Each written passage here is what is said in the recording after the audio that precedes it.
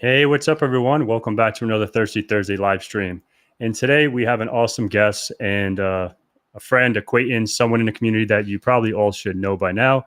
And if you guys are new to the stream and new to the channel, you know the deal. Just please like, subscribe, and do all that fun stuff. So we're going to bring Heath Adams from TCM Security. We're going to bring him in and hear his journey for the next hour. So here he is. What What's up? up, What up? dude? How you doing, man? Good, good, good. So, yeah, man, for those, obviously, you've probably been living under a fucking rock if you don't know who you are, but like, do a little intro on what have you been, what's cooking in Heat's world? Yeah, so my name's Heath Adams. I go by the Cyber Mentor online. Run a company called TCM Security. Run another company called Breachpoint, and just active very much so in the consulting space and the training space in cybersecurity. So it's been a long journey over the course of quite a few years now, but no, it's been exciting, and I've been staying pretty busy. Yeah, that's awesome. Yeah, and I can only imagine, just like we're talking about off air, like we haven't seen your pretty face in a while. It's everyone's, you know, Alex is doing a lot of videos, and you'll jump in every now and then, probably when you have a quick 10 minutes. But yeah, man, I just, like I said offline, I'll say it online. Like, kudos to everything that you're doing in the community for the community over the last couple of years. You just fucking skyrocketed. So kudos for that, bro. Appreciate it, man. Thank you. Yeah. So I guess like normally like we'll just talk about like some of your journey, right? Like you went from an accountant to a pen tester, then you said I want to start my own business. So can you walk through that like journey? Like what made you say to yourself I wanted to be accountant when you were, I know a little bit about your story because I followed you for some time.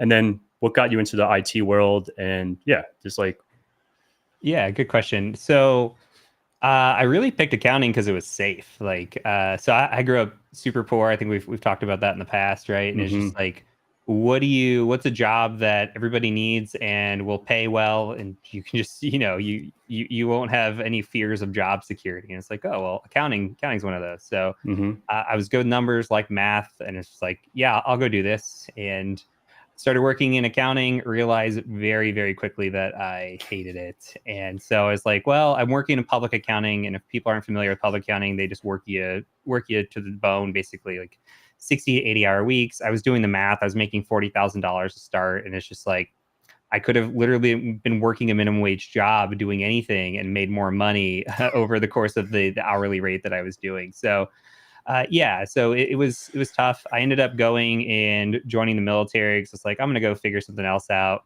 Came back out, got my MBA, and then I went back, and there was a company that came. I was applying for some IT jobs, but a company came out, and it was Fram, the oil filter company, and they're like, hey, we got this accounting job. It's in the middle of nowhere, but we'll pay you $55,000 a year. We'll move you out here.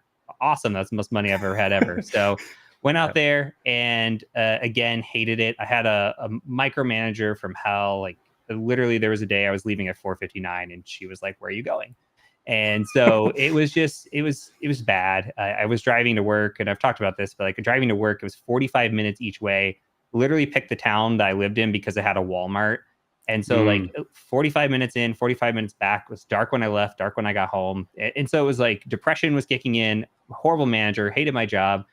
And so literally like I there was just one day I had enough of her, to be honest with you. And I took my credit card and my badge and all that, left it on my desk, left at lunch, went home to my apartment, broke my lease, just got a U-Haul, packed all my crap, and I was like, I'm just gonna move to New Mexico, which is just random. But it was like I had very, very loose family ties to New Mexico. So it's like maybe I'll go out there, maybe I'll meet some family, do something. And so my plan was, well, I'm going to drive for Uber and I'll figure my life out. So I get out there, I put in my Uber application, and I surprisingly takes like a month or two to get into Uber. So I didn't have that planned out as well as I thought. And so in the meantime, I started applying to jobs, and I actually got a call back for this MSP that was needing a help desk person. And this is a good lesson because I remember being on or reading the job posting, and it wanted like A plus, Net plus, Security plus. Like I don't have any of this shit. Yeah. And so I literally I remember I hovered over the X. I was like, this is too much. I'm going to close out. And it's like, screw it. I'm just going to fill it out, see what happens. And so I filled it out. They called me back, went in there.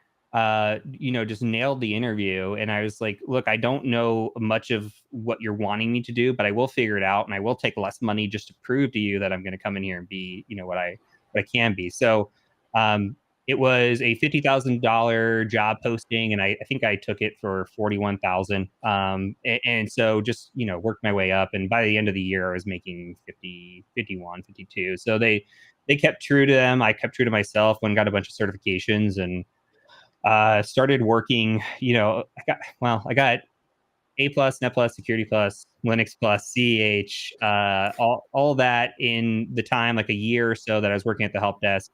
I really wanted to do security stuff. I learned about ethical hacking from one of my coworkers, and the company was MSSP, not MSSP. They were doing a lot of things wrong. I was trying to tell them, hey, like, let me do some security things around here. No interest in letting me do that. So, Hmm. uh, and there was another thing too for me. I was like, I had my annual review. I was at $50,000, and I was just like, hey, I'm worth 55 right now. Here's all my certifications. Here's all the things. And they're just like, well, the best we can do is 51.5. Okay. And so I remember that night I was just mad. I was like, and so I went and started applying to jobs, and a national lab in New Mexico, you can Google it and figure out which one, but called me back and said, hey, we're interested in you for a network engineer position. And that job paid $78,000 a year. So it was like, I knew I was worth more. And the same thing again, I wasn't truly qualified. They wanted somebody good with Cisco. I was like, hey, just hire me. I'm going to come in here. I'll go get my CCNA within the first few months, which I did. They paid for my OSCP, they paid for my OSWP. And so I just kept working towards pen testing and hacking. Eventually, I left there after a year or so, moved into a hacking position. I moved to North Carolina for it, Hmm. and just started like, so the TCM journey was like, we started this thing for veterans in cybersecurity, or interest in cybersecurity, called VetSec. VetSec. Yep. Yeah, and Hmm. so it's still around. It's a 501(c)(3). It's a nonprofit, and basically the truth behind the story is we were in a Slack of some cybersecurity, and so like cybersecurity group, and we just kept finding veterans and that were in there. It's like, hey, you're interested? Let's just get a group chat together, and we got it at nine people, I think was the max, and we're like, hey, we've maxed out this DM. Can you just create a channel for us in your server? And they're like, no, you guys are too big of a liability. And so I was like, okay, well, I'll just go ahead and move to a new Slack. We'll create that, and we'll just spin this up and start inviting veterans in here. Hmm. And so that's how VetSec kind of started. And then I started making content around that. I started making like a networking for hackers, and just like an ethical hacking kind of 101 class, and just started putting that on YouTube with no intention other than to like kind of train veterans on things that I was learning and knew. Hmm. And yeah, that took off. Like, it just was unintentional success there. And so over time, the channel grew, I think 20, 30,000 people, maybe subscribers. And we started getting people coming into, or clients coming into the job I was at, and they were saying, hey, we want Heath to do this pen test, or we saw him on YouTube. And so I'm bringing in money to this new company is not saying thank you, or even like giving a referral bonus or any of that. Mm. Like, and so for me, I was like, writings on the wall. I could, if they're coming now, I could probably just, go and do this on my own. So Hmm. quit my job, started a consultancy, and the consultancy was very slow to start. So I started in June of 19, and we had two clients. I think we did like $40,000 in revenue in the first 6 months of the first calendar year there. And so during that time, I was like, well, I can start working on training, because I'd been through all the training. I knew all the things that like I wish I had learned going through Hmm. the process. And it's like, well, and also we can make this a lot more affordable than what's out there. So let's just make a course and put it up for $30 and see what happens. Yep. And so that's what I did. I just worked on practical ethical hacking and put that together. It turned out to be a 25-hour course, and we released it in December, and just overnight success. And that just kind of like launched into where we were. So that started bringing in clients, that drove YouTube way up. And then eventually we released more courses. We got to 4 on Udemy, outgrew Udemy, started our own academy, started bringing in other content creators. Hmm. And somehow we became a training company that did consulting versus a consultancy that did training. Yep. And so like it just grew and grew. We launched the PMPT because there was no real practical certification that was out there. That blew up. That allowed us to hire a developer. We were able to create an exam platform, And then we were able to scale. And so now we've just been scaling and growing tremendously. We've got the academy, the certifications, we've got the consultancy, and it's been hectic, man. It's been a journey. Yeah, dude. Thanks for that. And I think, like I said, and also you have the the blue team side as well that you co-founded with someone else. I forgot the fella's name, Yeah, but Brad. Brad, yeah. And so that's an awesome story. Like if anyone out there, if hasn't heard that, probably you didn't go deep down into Heath's channel, because that's what I think happens with these channels, right? Like they find a video and they watch that video. Who really watches every single video? So yeah, then you just started out with your PMPT. So, and you touched on it a little bit, like you wanted something different, right? And how long did it take to really build out the infrastructure? Because I took the exam, so I was like, okay, this is like I said, pretty solid. So like, how long did it take to like build that whole thing out? Yeah, how long did it? Not long from in my mind, I already knew what I wanted it to look like. I knew the steps, I knew the things that should be done and how it should look and feel. Mm-hmm. And so I remember I built the exam out, and then I contracted somebody to I built all the machines and I contracted somebody to put it together.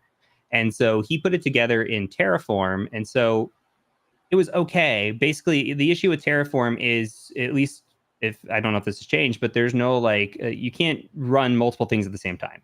So when we were starting an exam, nobody else could reset their exam. Nobody could stop their exam. Nothing could happen at that point in time. Everything was a very manual request. So we scheduled you on a calendar system. We used Calendly. And so you would go in, you would start your exam, it'd kick off, fire an email to you. And if somebody emailed in, hey, I need a reset, it could take up to an hour or more if there's literally exams starting, which is where we were getting. It was so busy. And so it was just like we needed to do something more. But that's where it started, is this very modular, just like one by one system of creating an exam. So, but yeah, for me, it didn't take very long to put together. It was just getting that infrastructure put up in place and getting the right resources who at least knew enough to kind of get it going. And then we earned enough revenue to actually build out something that was a lot better. Yeah, and now where is it now? Where is it sitting now? Like somewhere else? It lives in AWS, but we use something called CloudFormation.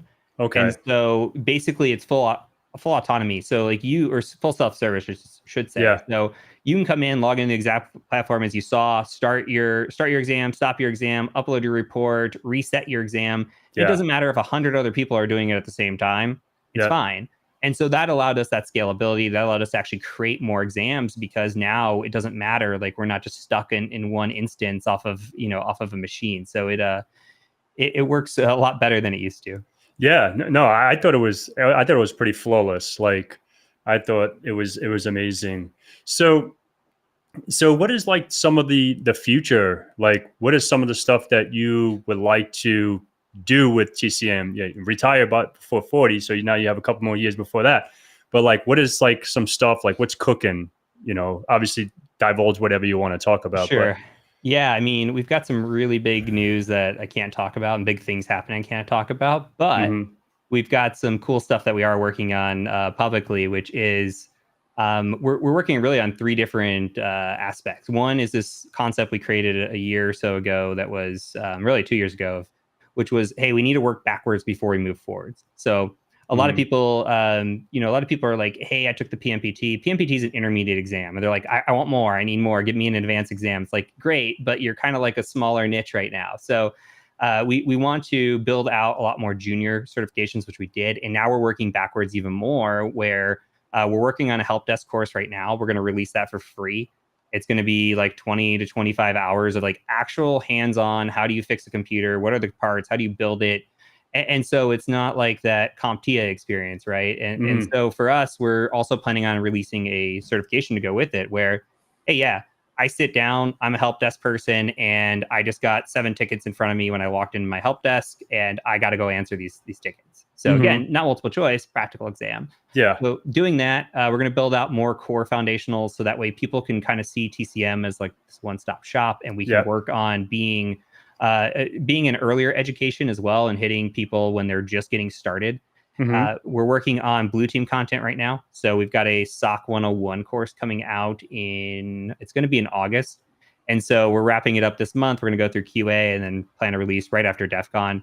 Nice. We'll have a certification go along with that. I think that's going to be a 20-hour blue team course too. Like we're just doing a lot of things that nobody's done, which is going to be really exciting. We've got some really cool things with Alex. Like Alex just got done with the PWPT and the practical web hacking certification and the course to go with it. And so we've got a lot of ideas and course content that he's going to build out. We're talking about secure coding and development and things like that people aren't teaching either. And so there's a bunch of little avenues that we're getting into. Dev teams have been working on a B2B platform. So we are primarily B2C, business to consumer. And so for us, it's, hey, we need a platform where we get requests in and like you need accountability and we need track of our licenses. We need to be able to see what people are doing and have your own LMS and just like it's just scaling and continuing to build up. And we got a lot of cool things planned and coming. Yeah, that's super cool. And I think, that was the missing part of like the TCM family, right? Like the blue team stuff and SOC. Because you can go to like whatever blue team level 1, those people, or so this is so when you say blue team, right? When you because everyone thinks, or at least for me, because I do have blue team experience. I worked on SIMs and all this stuff. Is it like something like Waza that can be really, open? Or is it going to be, okay, like we're going to be using different kinds of SIM solutions? You might bring them up like Sentinel, Logarithm, and all these other solutions. Obviously, like you say, convey whatever you want to convey. Sure. And so do you guys have specific tool sets that you're going to teach? It'll be open source, just to make it more accessible to everybody. But yeah, we'll teach to a lot of things. Every SIM and every EDR is going to be a little bit different than the next, but learning the overall concepts is going to be what's key and important there. Yeah, and I think that's what you always convey, right? And a lot of your courses like don't just take the methodology, what I'm saying, because tomorrow. Or like say, for example, and this is, I talked about this morning on ACI Learning, like, if I was, when I did the Cisco route and I'm like, okay, like when I went to go apply for a job and they weren't an ASA shop, they were a checkpoint shop. And I never touched a fucking checkpoint in my life at that point. And going to what you were saying before, like, okay, I don't know this, but I'll learn it. And I got the CCSA, the Checkpoint Certified Security Administrator certification, like a couple, I don't even know, a week or something like that. But in all honesty, what did I do? I crammed it just to have it, right? Like I'm not going to fucking fib, Yeah. So, but I don't condone fucking cramming, because when you get put on an interview, you're gonna find out real quick. I had to do that. I just wanted to do that just because I needed that cert to hold that position. And in like 3 to 6 months, I was booming at that position because I actually like Checkpoint. Palo is probably my favorite firewall. So going into like some of the assessment stuff, right? Like going to like a hack and stuff. So are you still doing that, or like what is your day to day at TCM? Like what is it that Big Heath is doing? Yeah, nah, so I do occasionally. It just depends on if we have overflow work or if I'm needed somewhere. But yeah, I mean, my day to day anymore is really just managing and giving direction and kind of just more so using my brain, I think, just to like come up with some creative ideas, and then also like empower and listen to the people around me. I try to be the dumbest person in the room, so just like strategy planning, management, it's a lot different. I mean, we're up to 25 employees right now. It's a lot different than even last year when I think we were at maybe half that. So it's been hectic, but it's a learning process for sure.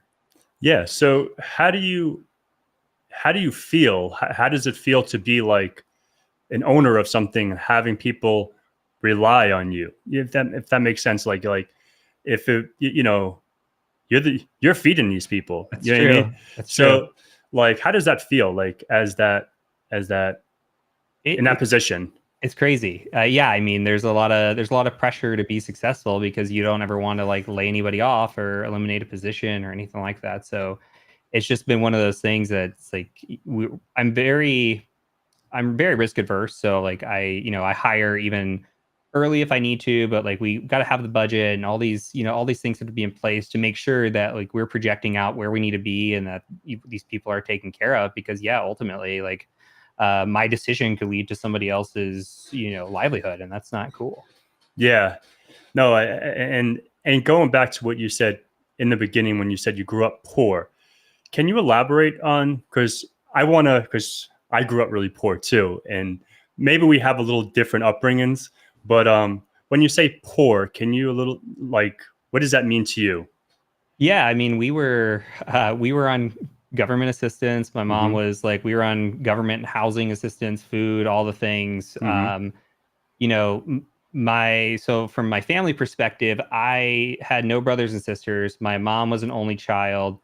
My dad was never in the picture. Mm-hmm. My mom's parents passed away when I was very young, and Mm-hmm. so it was kind of just her and me. And so I kind of grew up, just in that lifestyle. And Mm-hmm. she was addicted to drugs, Mm-hmm. and so for me, she passed away when I was 19, and so like I lost my last living family member in my eyes when I was 19, and so Mm-hmm. it was just like there was never a financial support system. When she passed away, like she had $600 under the bed, and that was pretty much like, hey, I got to go figure this out, pay rent, do all these things now I'm Mm-hmm. grown up. And so it's it was a kind of a weird awakening and maturing period of just like getting slapped with that immediately. But yeah, I mean, my mom went to jail when I was younger for writing Mm-hmm. bad checks and just like all kinds of just, she was really good at being smart about crime, but not really about other things. Like there's so many things I could talk about, but Yeah.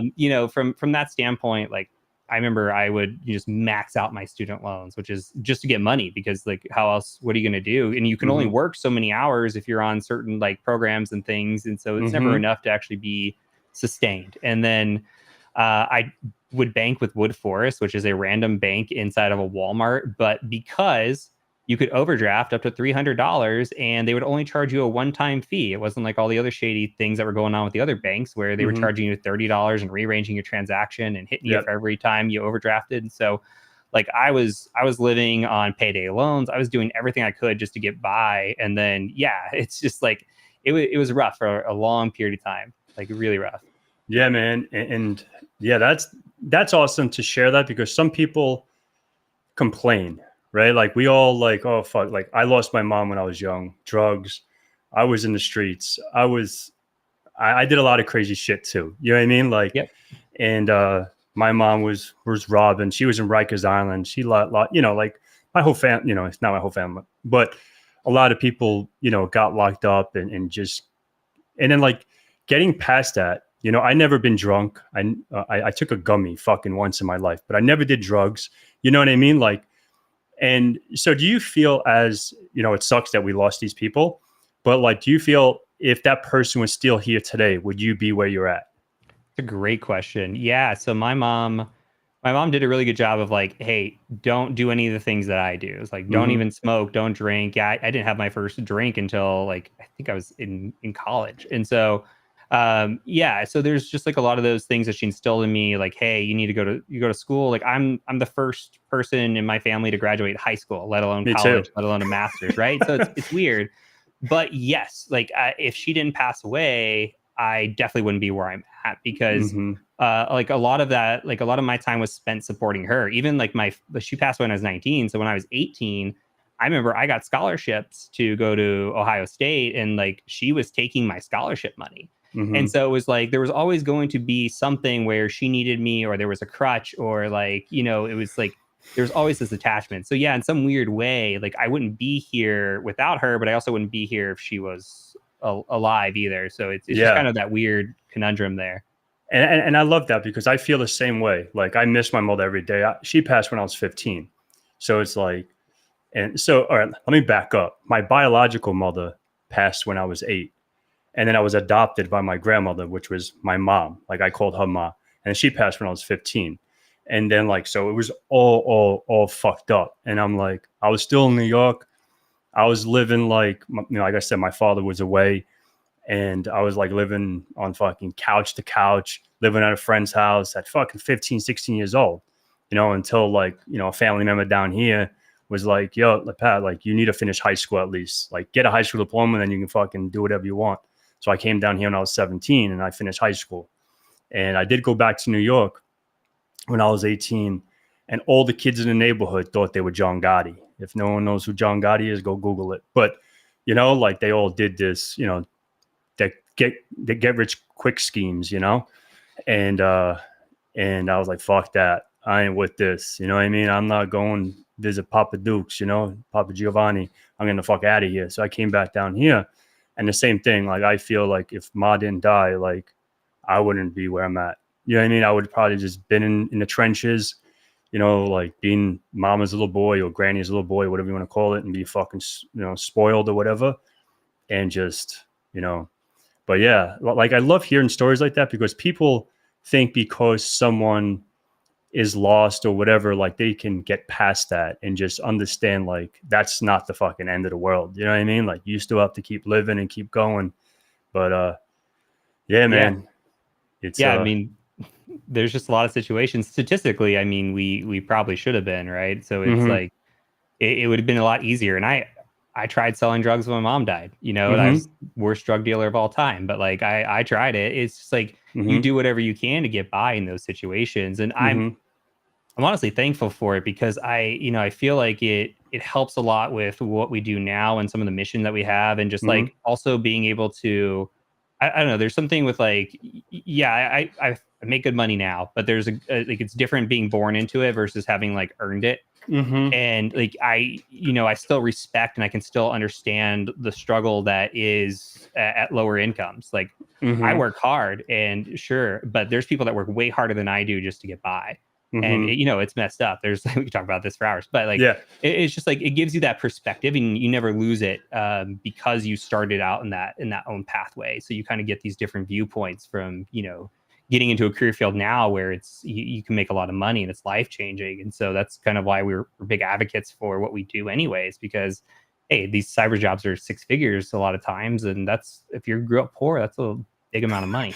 Amount of money. And it's crazy because there's only when I say my family, I'm talking about there's like my uncles and aunts and my father. You know what I mean? Like there's only one person in my whole family, or plus me, that make over 6 figures. You know what I mean? And so it's like everyone, in $50,000, $60,000, $70,000, and they think they're fucking balling. You know what I mean? When you grew up on government cheese and like the food stamp, fucking, you go to the supermarket with your, I don't know. Did you have that? Because I never had an EBT card. Oh, we did. We had EBT cards. So what we had was like a food stamp, like a book. It looked like fucking Monopoly money. So really? If you Google it, like food stamps in like the 90s or whatever. I think early 2000s too, because I think it was like up to 2000, because Ma died. When did Ma died? 2000, and and then like so just before that, like because after that I don't remember, but at least up to 2000, the food stamps were pretty, and it's embarrassing, you fucking online, like you have this Wadic fucking cash, but it looks like Monopoly money. It's like the most embarrassing thing, and then I remember meeting a friend, in college that he was on welfare, and that he had the EBT card, which was better because now it's like, it's still different than a regular credit card or whatever, your debit card, but it's like, then you fucking put your hand over it, do a little swipe-a-rooney, fucking get the hell out of here. So, no one's like looking at you. Did you ever feel that? Like when you actually had to use it, were you like, yeah, there's certain things you can't even buy, and it's embarrassing when you like make a mistake too, because what they consider like already processed or cooked food, you can't buy that. Like it has to be pre or before being cooked or whatever the word is. But like and so you make mistakes, and then they're like, you can't have this if you're buying with EBT. It's like, well, good to know. Thanks. Yeah, you don't have to say that the whole line. Yeah, right, right. So I mean, there's a lot of just embarrassment that goes with it for sure. Yeah. So the moral of that is like, if you're in a spot right now, we're two, you're a lot more successful, but it all depends on what someone considers successful, right? How do you define success? Yeah. Like I know people, have a lot more money than me, but, like they're not happy, and I know them personally, like, and then there's me that I'm just happy with what I got. And I'm, and so so for those people that, see someone like yourself or whatever, John Hammond, or what, I don't even want to put me in that category, so I'm not at that level or whatever, but maybe I just don't, talk about what's behind this camera. And I think we talked about a few things, right? With sneakers, right? We have sneaker heads. So yeah, I wanted to ask, like, what got you into sneakers? And then we'll get back to that thing. What got you into sneakers? Yeah, well, it started randomly. I think like I was going to basketball games. So when I lived in Charlotte, I was going to Hornets games and watching some of the players and then seeing people that go like I don't get compliments anywhere as much as I go to a basketball game because I feel like there's just a bunch of sneakerheads going around there. And so like just seeing some of the shoes that people were wearing and starting to look them up and like realizing that there's a whole different market than what you see at a Foot Locker. Like a Foot Locker colorway is like 5% of what you're going to get in the real world. So learning about shoes and just like finding what works for you and, buying, you got to have like classics, right? Like your Air Forces and some things like, what's going to fit, what's not going to fit and just kind of go from there. So yeah, it's been, I don't have have anywhere near crazy of collection, but like, just kind of slowly builds up and I wear all my shoes. Like I don't, we may differ there, but I wear everything. So, like if I'm going to buy it, I'm putting that damn thing on my foot. So, yeah. I wanted to ask that, like, what was the most you ever spent on a pair of sneakers? So it's the, I don't know the official name of them. This is how bad of a sneakerhead I am, but they're the Air Force One, collab with, God, I'm blanking now. But they were $2,000. I think I have a pair that was $3,000 that was gifted to me. And so that's probably the most expensive one I own is $3,000 pair of shoes. Yeah. So, and that's a pretty penny, right? For someone that's always, used to paying $150, maybe $200 for a pair of J's or whatever. Yeah. Like they're off-whites. Sorry. I don't know why. Yeah. Let's see. They're the off-white. If I'll look them up, blue Air Forces. And if anyone wants to know which ones are mine are Eminem 4s. So actually Eminem is coming out with a new album tomorrow, his last one. Oh, is it dropping tomorrow? Yeah. That's The Death of Shady. Yeah. And mine were 32,000. So Jesus Christ. Yeah. So these are the sneakers, if anyone, or you can just Google and these are the ones. I'll put it in the chat. Patrick was saying, well, what is it? Oh, it's most expensive pair. Yeah, I actually owned the one that's moderating. He'd been in my house. He saw it. And then I have like the Supreme 11s. They were like $6,000. I have probably well over $100,000 worth of sneakers. But crazy. Yeah, it's insane. But like everyone has their thing. And that's what people like. Maybe, people are like, oh, people that know me is like, dude, sell that shit and buy a bigger house. Why the fuck am I some more dust collects? You know what I mean? Like, why do I need a mansion? Or why do I need this or that and the other? So like, and I wanted to talk, I want to see how I can segue into this convo, but like, once you started being successful or getting whatever you've been getting, what made you buy the cars that you have? Like, sure. I'm just always curious. And then I was just like, I always wanted to ask you, but you're a busy man. I'm like, all right, now I'm going to get them. So figured I'll just ask.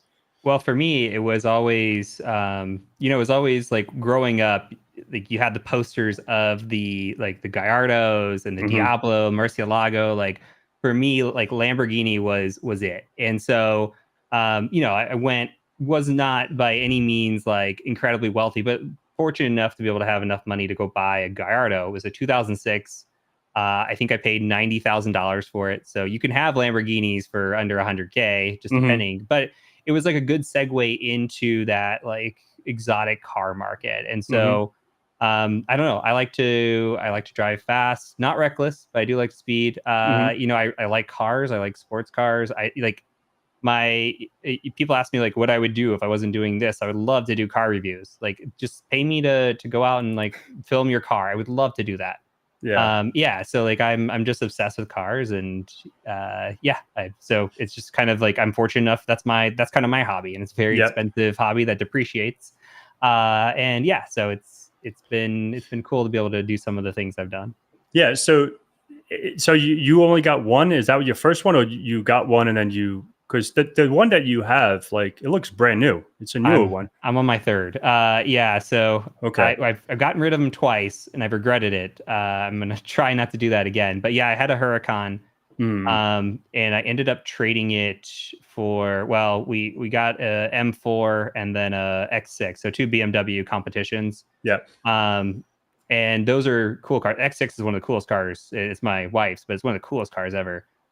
We've got the Tesla, and then we've got like an STI, and then A Subaru. Those fucking things are nice. They are cool. Is it like blue with gold rims? It is blue. I'd have to. I think it does have gold rims. It has been in the shop for like 4 months, so so that's fun. But and then we're up to 6 cars. But anyway, I just got a Urus not that long ago, so. Nice. Yeah, pretty cool. Yeah, and that's what floats your boat. You know what I mean? That's what, like, and I think at the end of the day, like, whatever, tickle someone's pickle, fuck it, do you, man? Like, that's what I always say, because even family members, like, why do you have so many sneakers? Like, why do you have this? You could have bought this. I'm like, if I die tomorrow, I'm gonna die fucking happy with the sneakers I wanted. And I'm thinking about, because I have a few cars as well. And, I was thinking about the M4, right? Like the M4s, I really, is it stick or Triptronic? No, it's fully automatic. It is. You have paddle shift if you want to go in that mode. But gotcha. Yeah.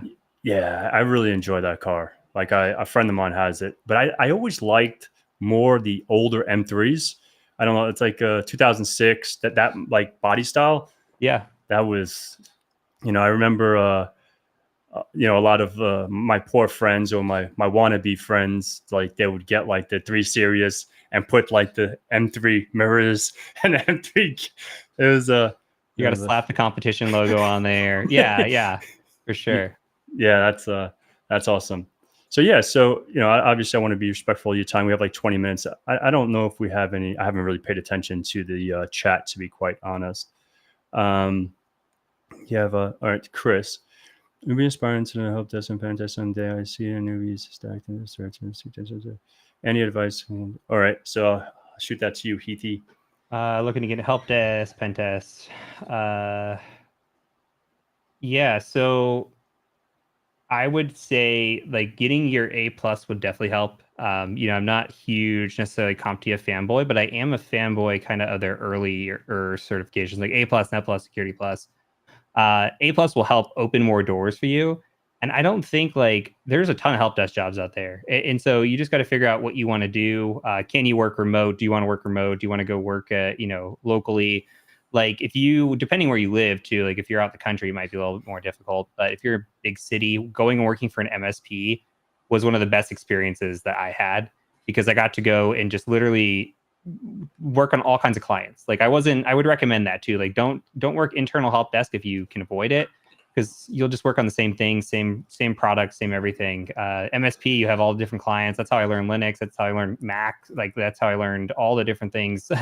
And it's just like drinking from the fire hose. But so I'd say A+ certification, get your resume looked at, and then networking would be a really good idea. So if there's like some local IT events, just bring a resume, talk to people, go out there and kind of put yourself out there and start meeting some of these companies. And and help desk job isn't too hard to get. It just takes a little bit of work, but I wouldn't sell yourself short. But I would definitely work on the A+. You can start maybe applying around and seeing how you do, but definitely get your resume looked at too. Yeah, that's good advice. Yeah, I can piggyback off that. And I think the same thing, like A+. I was always like A+, Network+, Security+. I always recommend those. And, if you want to get into pen testing, go to Heath. I think the PEH course is awesome. And then get into, like, I don't know if that, Chris, you were the one that asked us this morning about CEH or Pentest Plus. And if you are, cool. If you're not, sorry.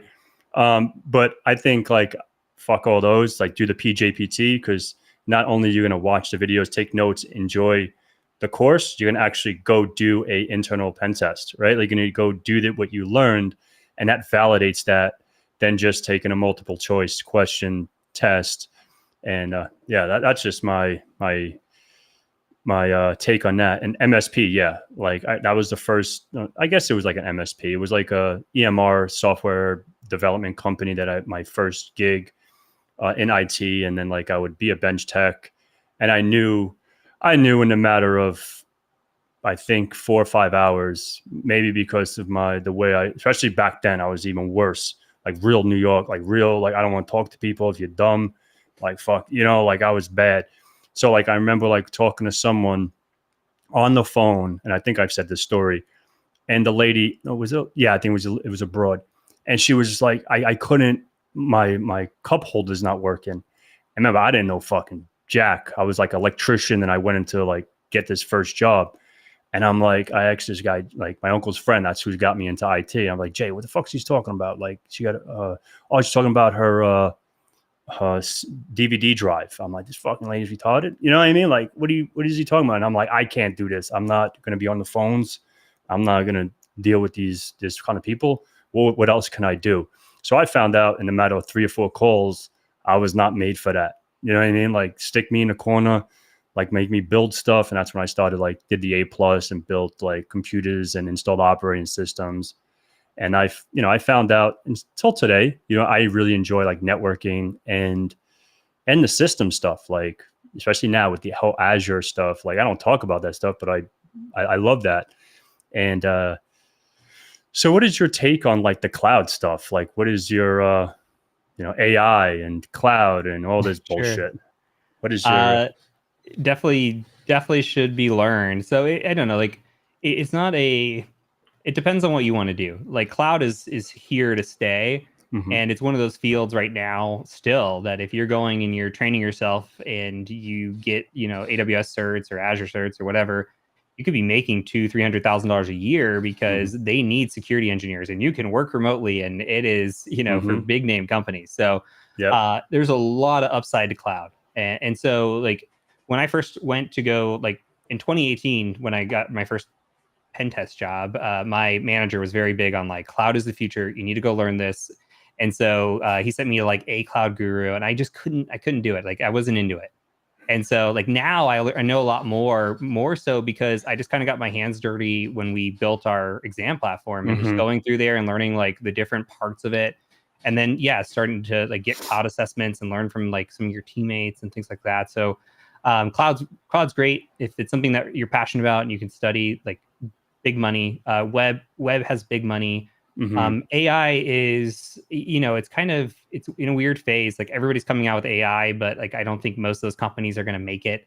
And like not like ChatGPTs, but just like everything's powered by AI right now. But it's like how much of this is just kind of BS. And so for me, I think AI is a great assistant. I think maybe in 10 years you might see some like real big movement towards, hey, can we replace a lot of the pen test functionality? But people ask me all the time, like, pen tester is going to get replaced by AI? Not this decade. And so like entry level jobs, maybe like responding to like help desk basic tickets. It's still not going to replace somebody going and like fixing a problem, or but if you have like troubleshooting, or even for like our stuff, like if we were going to say, hey, I have a question about this course, cool, let's ask the robot and get it, get an opinion there. But so it's anything cyber is important, or anything tech is important to keep up with. This is one of those fields, like if you're not willing to put in the work and study, you are going to get left behind because tech changes so fast.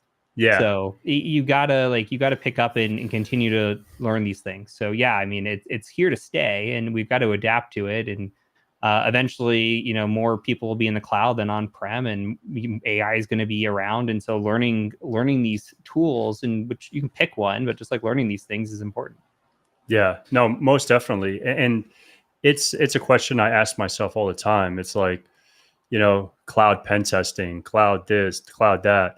And speaking about cloud, they have Alta Security has the Azure Red Team. Do you guys plan on doing something like that? Maybe at some point. It's not in the 24 roadmap, but it's been requested a lot of times. My only problem is that cloud pen testing is almost like a buzzword. It's not a ton different than doing regular pen testing. And so we like to sell cloud audits because it costs the same as a pen test would cost, but we actually get to go inside and look under the hood. And then we can tell you, hey, here are all your problems. Here's your misconfigurations, whatever might be there, as opposed to being like, well, we're on the outside looking in, or maybe we're doing an internal in a cloud environment, but still it's not like going to give you all the answers. Yeah. So we'd rather just like look under the hood and do an audit. And so maybe if we were to come out with one, it would probably be a cloud audit course versus a pen test, or maybe some sort of mixture. But yeah, it's not something that, I don't love the word cloud pen testing, but it's a big buzzword for sure. Yeah, no, fair enough. And Toddy, 32 bags. Dude, I spent over fucking 100 G's on. But what's up, Toddy? Yeah, Toddy. And let's see, was there another one?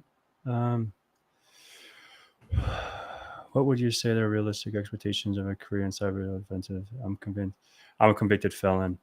I don't know. That's a good one. So go ahead. I guess since we talked about, jail and everyone now, awesome. Sure. Be upfront, dude. That's fucking sick. I've been locked up too, so don't feel bad. But go ahead. Yeah, I mean, I think like it's gonna definitely eliminate you from a lot of jobs. I think you just need to kind of be upfront and forward about it. Maybe I don't know about the interview phase, but like before you go through like background checks and stuff, you should be like, hey, just so you know, and you'll find somebody that will take you on, but it's going to be fewer opportunities for sure. And it depends what the felony was, and it depends on how long ago it was for sure. But I think like I love talking about networking, but I think networking can be really good because like you can get people to actually meet you and be like, hey, this is not a bad guy. Maybe he made a mistake when he was younger, whatever. Mm-hmm. Cool. People are more likely to take a flyer on you, but yeah, so it depends on the company. It's probably going to be a smaller company on top of it. So, you're not going to probably go work for big mega corp that has all these restrictions and regulations and everything involved. So once you get your foot in the door, it might be a little bit easier, but it's definitely going to be a challenge. I don't want to sugarcoat anything. Yeah, no, fair enough. Yeah, I guess I've never been convicted of no felonies, but I think a lot of people have been in cuffs. I guess what is locked up in cuffs, or when you're convicted, that means you're actually, behind closed doors. But yeah, that's don't ever put your head down and just keep pushing, man. I saw some other question. I guess we'll let prepare you for a job. What makes you a good candidate? Yeah, so certifications definitely help. Depending on, do you need all three? No. I think each has their benefit, of course. And so it's a lot of times when we're hiring for a job right now, granted it's more senior to principal level, but we hire for juniors as well. So from the junior side, like typically when we get applications in, what we see is that like everybody's kind of similar. And so you've got people with a certification of some sort, if not multiple. You've got people with, some maybe IT experience, more likely than not to have a college degree nowadays. And so how do you really stand out from those people? Again, networking, I'm going to keep saying it. Networking is very important to get yourself into a role. And then also like extracurriculars. Time is a luxury. I am very familiar, or very aware, I should say. But like, hey, if you can go out there and even put a blog out there, if you can go and volunteer at a conference, or you can go play in some CTFs, or do some Try Hack Me or Hack the Box, or do like a Bug Crowd or Integrity or HackerOne and get some cred there. Just like something a little bit above and beyond. Home labs, anything that you can show on a resume that says, hey, I am very interested and very passionate about this. I'm not just like collecting degree or certification and saying, hey, I'm just looking to get this job and be done. I actually really like cyber. Mm-hmm. And so, yeah, I mean, it's like, it sucks, but this is a very high paying field. It's very competitive, and you have to kind of be able to distance yourself from the pack, and you're getting evaluated on a sheet of paper. So how is your piece of paper going to stand out from everybody else? That's why networking is so important. If you can start networking or just like contributing on LinkedIn or other places, it really does help you stand out and do great things. Yeah. And I completely agree. And that's what sort of made me create like a YouTube channel. And even though like I'm still like very, I'm just, just whatever. And I just make videos on whatever I think about. But I think like over the years where I was, and like people, just like how you said in the beginning of the chat, right? Like someone started hitting you up, say, I want Heath because I saw him demonstrating this. So he understands what he's talking about in this, whatever, in this technique or whatever you were doing.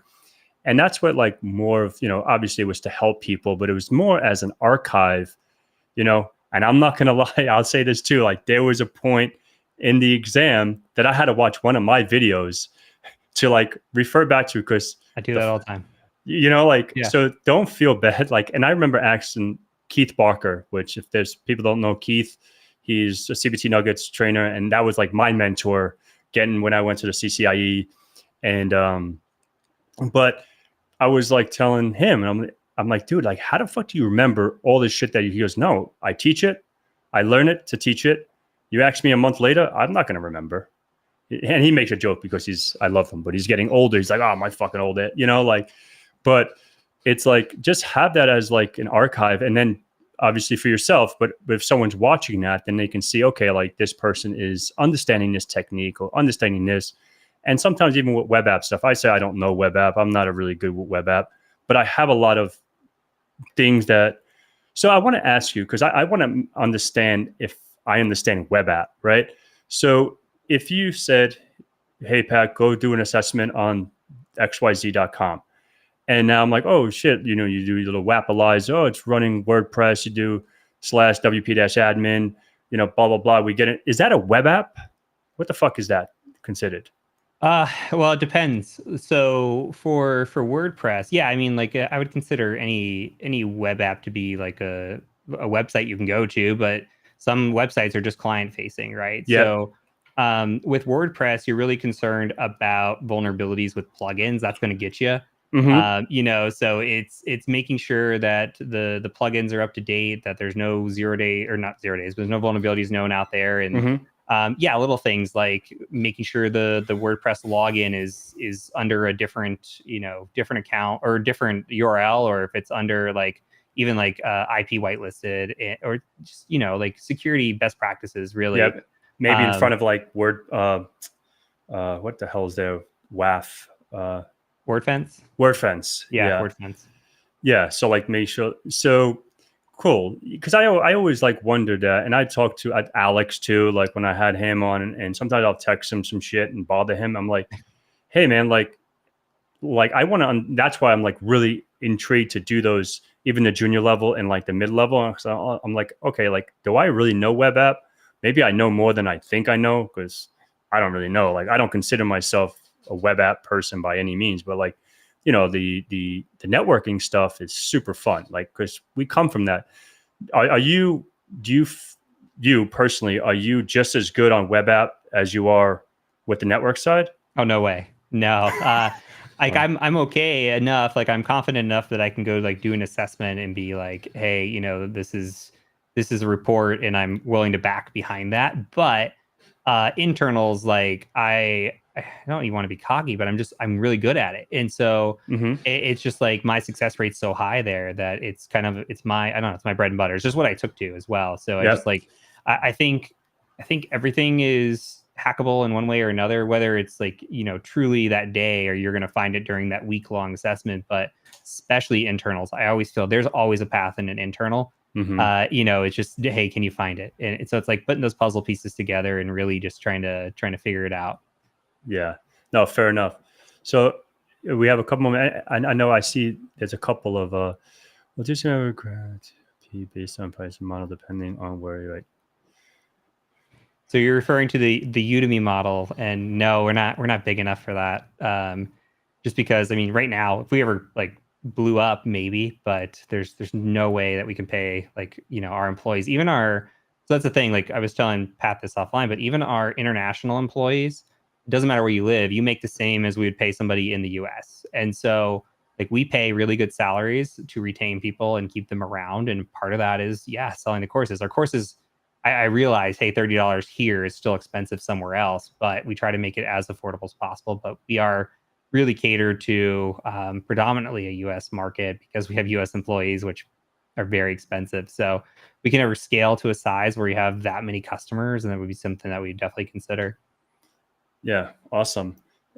What's the next question? What point is special to this? All right. Go ahead. That is completely up to you, my friend. Like You can be a generalist. Like I would consider myself a generalist, though. Like if I would go back and be a pen tester right now, I would probably just want to work internals. Like leave me alone, don't put me on anything else. Just give me the internals. But that's because I find them the most fun. So you could find work like that if you can go work for an employer that just gives you internals. Cool. Or if you really like one thing and you want to specialize, go for it. Like web, for example, a lot of the bug bounty hunters that are really good at web don't know shit about network. Yeah. And so like yeah, everybody like glamorizes, not to say they're not smart, they can run circles around me on web apps, but it's just like, okay, cool, they're great, but like, have you seen them try to do a network pen test? Same thing. It's like you can specialize and make a ton of money doing one area, and you don't have to be good in the other ones. So Hmm. it's up to you, but you can also be a generalist, and that comes with a lot of quality too. Like if you can come in right now and you can do mobile pen tests, web apps, internals, whatever, we'll pay you $200,000 a year. I mean, if you're really good at that. So it just depends on you and what you want to do, but there's money on both sides of it. So it's whatever makes you happy at the end of the day. Yeah, and I had a question about that because like if I'm looking or whatever, I just browse around just with the shits and giggles, and I'm like, I see these fucking unicorn job descriptions, like you said, do this, that, and the other, and they're paying whatever 150 to 200,000, but they expect you to know all this shit. So like, how does someone get that right? Like with me, like yeah, I have a lot more experience on one side of the coin, and on this side, I'm like you. Maybe you probably have a lot more experience with the web app, but like the internals, externals, doing all that fun stuff because I enjoy it just as well because I understand it. That's the thing. I always make a joke. You can give me a fully patched code and fully all fucked up. To me, they all both look the same. Sure. Like I don't know the difference from left to right, but so how can someone like look at these jobs and like, yo, like, how do I apply? I don't know if fucking all these little bullet points. Yeah, I mean, all jobs are looking for a unicorn in one way or another, and they're not expecting to actually find it. Like, sure, if one steps up and comes across, great. But a lot of those are nice to haves, and so like I would say, don't let a job description necessarily deter you. If you can say, hey, I definitely check a few of these boxes, doesn't hurt to apply and see where you stand. Hmm. And again, it comes down to passion. Like if it depends on what your motivations are, right? Like if money's a motivation, you can make money as a manager, you can make money as a technical person. If you want work-life balance, maybe you take a little bit less money, but you go checking in a job that's maybe like you just do general work, you do consulting, you put in your 40 and you go home. So Hmm. it just depends on what you want to do ultimately. And so like with any job, especially if you're interviewing, like do your research, like write the pros and cons, like what's important to you. For me, when I was interviewing at jobs, when I first was pen testing, work-life balance is very important. Low travel was very important. Remote work was very important. But I ended up taking a job where I moved. So I compromised there, but it gave me all the other things that I needed to check boxes. And so like you kind of weigh out what you think and rank what's your most important things, and then go, kind of do your research, go look at Glassdoor, talk to employees, talk to other people, and figure out what makes the most sense for you. Yeah. All right. I think we have a couple more questions. And uh, what's the biggest methodology from web app attacks? Oh, that's all you, boo boo. Favorite form of methodology? So we follow, well, we follow checklists, right? There's like OWASP testing guides. And so by the end of the day, like by the end of the week, I should say, have checked everything off that list one way or another. Even if it's like an NA, they don't have this type thing. But from my perspective, like I will go in and I like to, when I'm testing, I like to first do OSINT, do your reconnaissance, see what you can find out there. There's a lot of information that you can find, like GitHub repositories, finding like subdomains, finding different things, depending on what's in scope. Looking for breach credentials as well could help, usernames, just anything. And then testing from an unauthenticated standpoint. So what attacks are viable to me? What are some things that I can do? And where does that lead? And so, I mean, there's all kinds of attacks. Like you can do injection on login panels. You can look for like, obviously like URLs and do brute forcing there. There's a lot of different things that you can do. So like, this is a very vague question, but like you start unauthenticated, move to authenticated if it's available to you. And then you move to super authenticated. Like if you have an admin or something, and so like, there's really cool things. And like, I remember like having a login panel and putting in a username of like a cross-site scripting, and you don't see anything, but guess what? In the back end, it actually popped because it was a blind cross-site scripting attack that popped in a log of an admin form. So you can actually attack an admin from being unauthenticated. So there's just like a lot of like, I don't know, every web app is different and every methodology takes you down a different path depending on what you're seeing. MFA testing as well, race conditions, all different kinds of things that you can do. But we tend to follow a checklist. I'm more of like a feel it out, see where it goes, do your methodology, go back, say, okay, yes, I did these things, and then come back and say, okay, I still need to test on these. So I test more on feel and where the application and the logic of the application leads me. And then I go back and I'll reassess what I haven't done. Cool. Yeah, makes sense. Awesome. What's the next one? We have a couple more, I think 4 or 5. Do you ever return doing a real pen test? What is another TTS? Huh. Yeah, so I've got my screen split. I can read most of that. Yeah, so like Privesk for a real pen test, chances are almost never that you actually have to do that. I mean, if you were to land on like a web application or something that you got into, maybe you got to shell back and sure your www or whatever. But like for the most part, your pen testing, especially on an internal, you're pen testing against Active Directory. When you get a box to pop, more likely than not, you're going to be an admin on that machine. And so what do? You move from box to box. So your privilege escalation is moving laterally to move vertically at some point. And so it's not really this like, oh, I need to go find this kernel exploit or I need to look for these weird things. And like, you're not going to be running like WinPs or WinPs on an assessment. So it's very much CTF based. I don't want to say never because it sure has happened on pen test, but it's so far in between. And it's like not even maybe worth your time depending on what you have access to. So, but it's very, very rare. And that's what something, and I'm going to throw in, the TCM love, because that's what I loved about the PMPT, right? There was no WinPs and LimpPs and fucking grandma's Ps, whatever, so yeah. Awesome. We got a couple more. TCM overlaps exist between it. First, Ooh. Definitely the PJPT first. So PJPT is going to give you the foundationals because you are going to go through the PEH course. Like you need to go through that, and there's a lot of buildup before it gets to Active Directory, which is really what PJPT is about.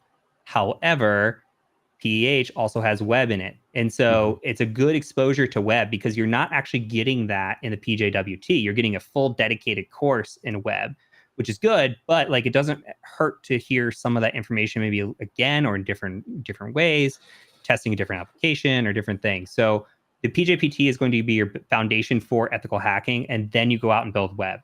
Most people don't start, well, I don't want to say that, but most like consultants typically start in networking and then move to web. So you'll start, like if you go work as a pen tester, likely you're going to do externals until they're comfortable with you.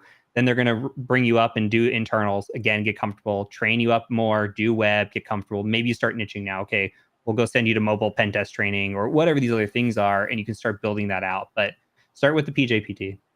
And I had a question for you, Heath, about that. Sure. Like, do you feel as though, because you made something interesting and I wanted to ask you about that, and I actually had it on notes, like you guys always say you're going to start with the external, but I feel internal is way easier.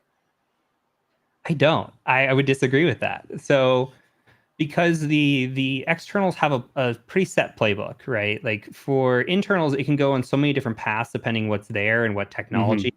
Externals are pretty buttoned up. So you're not going to find like, remote code execution. Never have I ever.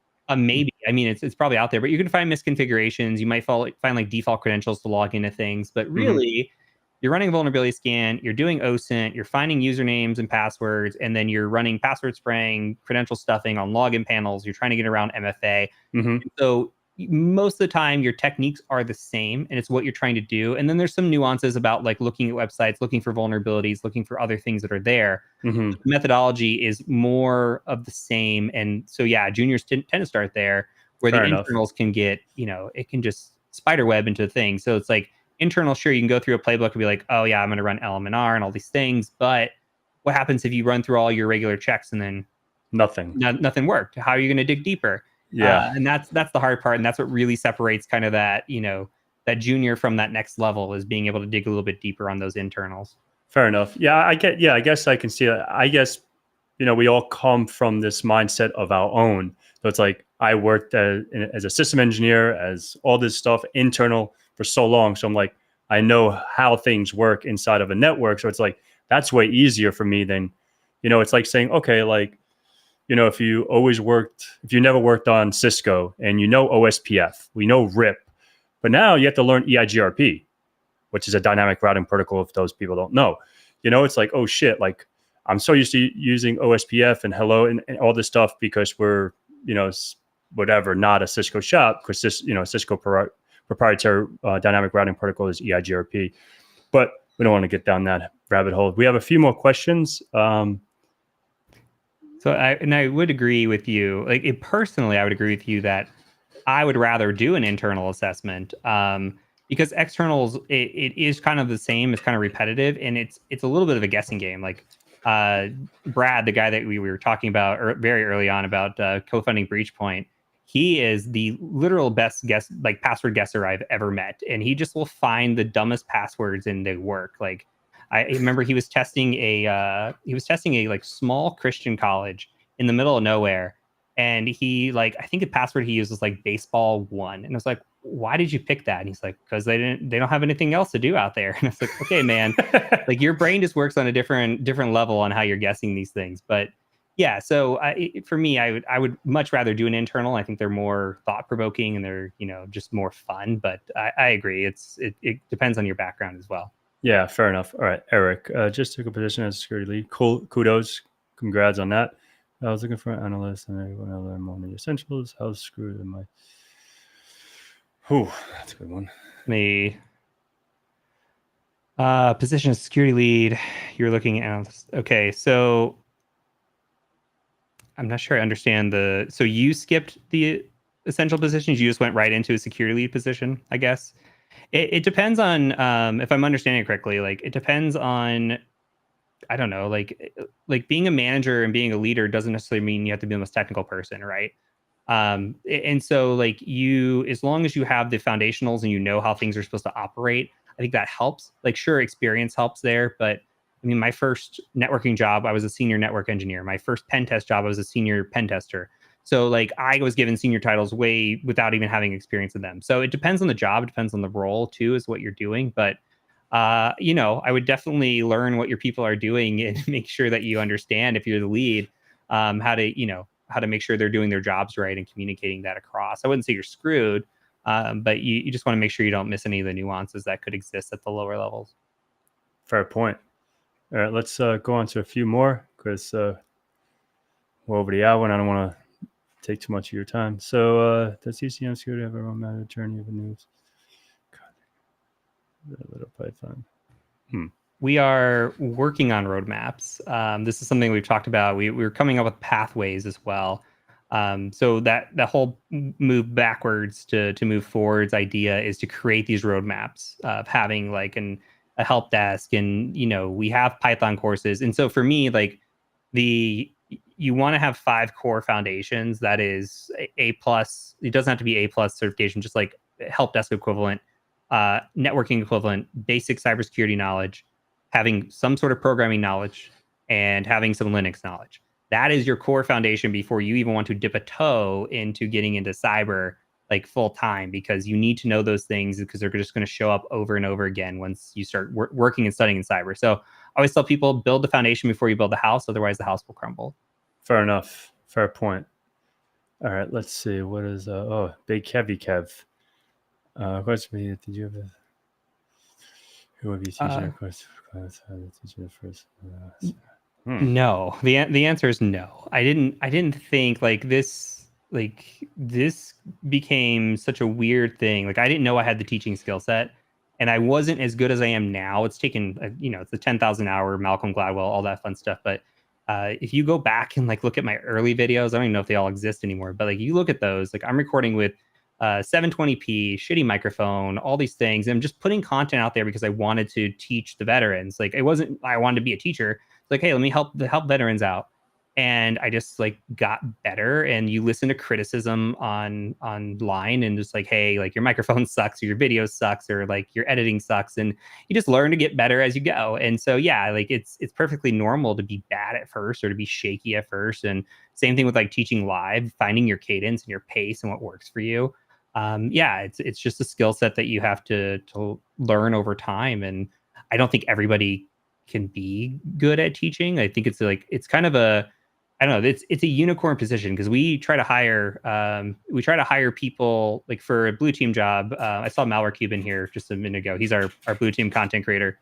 And then Andrew Bellini and even Alex, like those were the best people for the position. It wasn't that we wanted to hire, they're all non-US people, but you have to find people that are, I don't want to call them diamond in the rough, but maybe haven't done a lot of teaching, just kind of, just starting getting into education, but you can see the talent is there.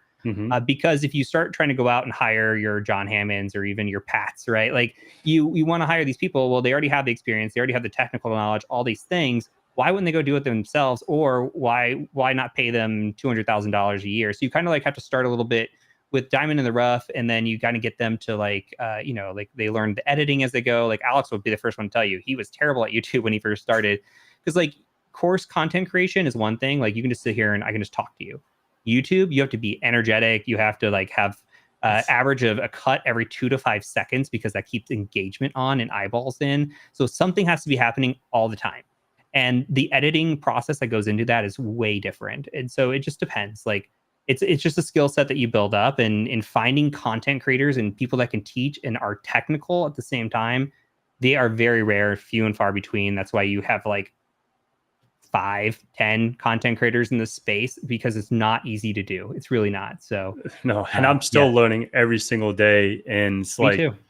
Like with the lighting, with the mic, I was the same way. Like, and it took me a pretty minute, like not because I couldn't afford it, but it was just like, do I really want to spend $800 on a camera just to look at it? Like, and I gradually did it, right? Like I went from the Brio, and then I got the Elgato 4 cam. I think actually that fucking camera is better than this, but that's, a whole nother story. But like, and then I went from like the Blue Yeti to this fucking thing. I don't know, this Sharm, whatever the hell. Like, and just because I started talking to people, like I asked John, I asked Heath, I think I reached out to Zach Hill, like just like, hey man, like what is some good equipment, and like just to learn, because Devin, he helped me a lot because he's good with sound and all that shit. And I'm not good with this stuff. The hardware stuff is not my cup of tea. You pay me $1 million to get this fucking Stream Deck set up. I don't know how to fucking do it. Yeah. He did it for me, and now I can click a button and shit works. I don't know how to do it, but I think it just takes time, and It does. I don't think a lot of people don't realize the amount of hours behind the scenes that go into content creation. Content in general, right? Like you have to think of the topic, make the topic, edit everything. Well, you have to learn how to edit. So how do you edit? And then you have to watch a lot of tutorials on things that you want to do and learn that. And then, okay, well, I just got this fancy new camera, but I don't know how to use it, because it's not like the cameras before were just these plug and play, cool, they're shitty, but like it works. Yeah. But now I have to take a camera class for photography and learn all these different like apertures and focal lengths and like, yeah. Why? And so like you eventually hope you can get to a place, which we just did in the last year, of where you can hire an editor and they can like do a lot of these things for you and do it better. Yeah. And like you can delegate some of this work out, but you're not doing that until you're at like 250, 500,000 subscribers more. And so like you put in all this effort and work, and you have to learn so many different topics on the way. So it's rough. And the last question for me. So you're talking about like, 50, I'm almost at 100,000 subscribers. So I'm pretty Congratulations. I see the little counter back there. Yeah. Yeah. And I want to, I don't know what you make on YouTube. Not exactly like, and that's what I think, not like sponsors. I'm just talking about like, strictly YouTube. And I'll talk, I'll say straight up, I make like $400 or $500 a month, and people think like it's some fucking buku bucks. And one person I remember, like he started his YouTube, he got like up to like 4,000 or 5,000 subscribers. I was like, oh, cool. He goes, dude, I'm only making $16. Yep. I'm like, dude, like if you're doing it for that fucking money to go up, bounce, son, because I've been doing it for almost 4 years. And I broke $500 like twice during like the hack, try hack me's fucking advert of cyber, because that's when I got a lot of traffic that month, and so yeah. And what is your take? And that's the last thing, like content creating. So I can tell you, like last year, I think we did somewhere like $2,400 a month. I think we're around that somewhere. Like it's been a little bit lower this year actually. So we're like, I don't know, $2,000 a month. Let's just say we will make like $16,000 to $20,000 there. Yeah. We'll make over six figures in advertising revenue. So Yep. like when this is the thing that people don't understand. They're like, oh, you've got an advertisers because like YouTube doesn't pay us anything. We're giving you this knowledge out for free. Like skip the ad if you want to, but like you're helping me sustain so I can actually want to come back and do this because yes, if you're not getting advertiser money, you're not getting shit from YouTube. Yep. So it's just like you have to take the funds in elsewhere. And so like, yeah, it's like if you're watching this and you hate ads on YouTube, like understand helps us because YouTube's not going to pay you. Yeah. And I guess this is the last one and that's it. So how would someone like myself, and this is a personal question directly to you, like how does someone like myself get sponsors? Because I want to start doing that, but I don't know how to start. Like, yeah. And that's the last question, then we're out. Sure. The way that we got them for a long time was just putting it in the description, and still really that's how we do it. Description of your video, like, hey, sponsor a video. There are some platforms out there where you can like go and bid on sponsoring. And like I started really small. Like it was just like mouse and keyboard company. And they're like, hey, we'll pay you $400. We'll send you a keyboard, just like show it off. And it's cool, man. Like I'll do that. Yeah. And so, And so like, and like you just build your way up. Like I got a desk once and that was really cool. And then like, the better you do, the more people want to work with you. And then the more subscribers you have, eventually you create like pricing sheets and you have these go out to creators or, the other companies and you just kind of like negotiate. And so there are different people that will like go out there and search from these advertising, even like from the marketing teams on these companies, and they'll be looking for specific follower counts or specific demographics. Yep. And they have their own budget. And so it just depends. Like I would say, just put it in your description on your YouTube channel, and that's where people will try to find you. So yeah, and then sometimes I'll get like emails, oh, we want to work together, and it's like, dude, you said, hey, InfoSec Pat, like I don't know, for me that's weird. It's like if they hey the cyber mentor, and then like let's wear it, like no, like that's not my name. You know what I mean? Like if you address me like that, I feel like it's a scam because I get all those things like, oh, we would like to do a sponsor, we would like to do something or whatever. And I'm like, I just ignore it because I don't know. And it's like a marketing thing. Do you get those too? Yeah, it just depends. Like I would say 90% of emails that I get for advertising are spam or scam. And so like that's we did a video on Linus Tech Tips. That's how they got hacked, is because it was a Redline malware attack and it came through as like just a document. And so they thought they were like working on an agreement with somebody else, and in reality it was malware. So like from that, you just have to kind of like do a little bit of OSINT. I have a lot of filters set up on my email to like block.cz, which is where a lot of them come from. So if it's not coming from like a .com or .io, and I can't just like easily look the company up and see like, yeah, for sure you're legitimate, then I'm not even gonna like look at the email or respond to the email. Gotcha. Fair enough.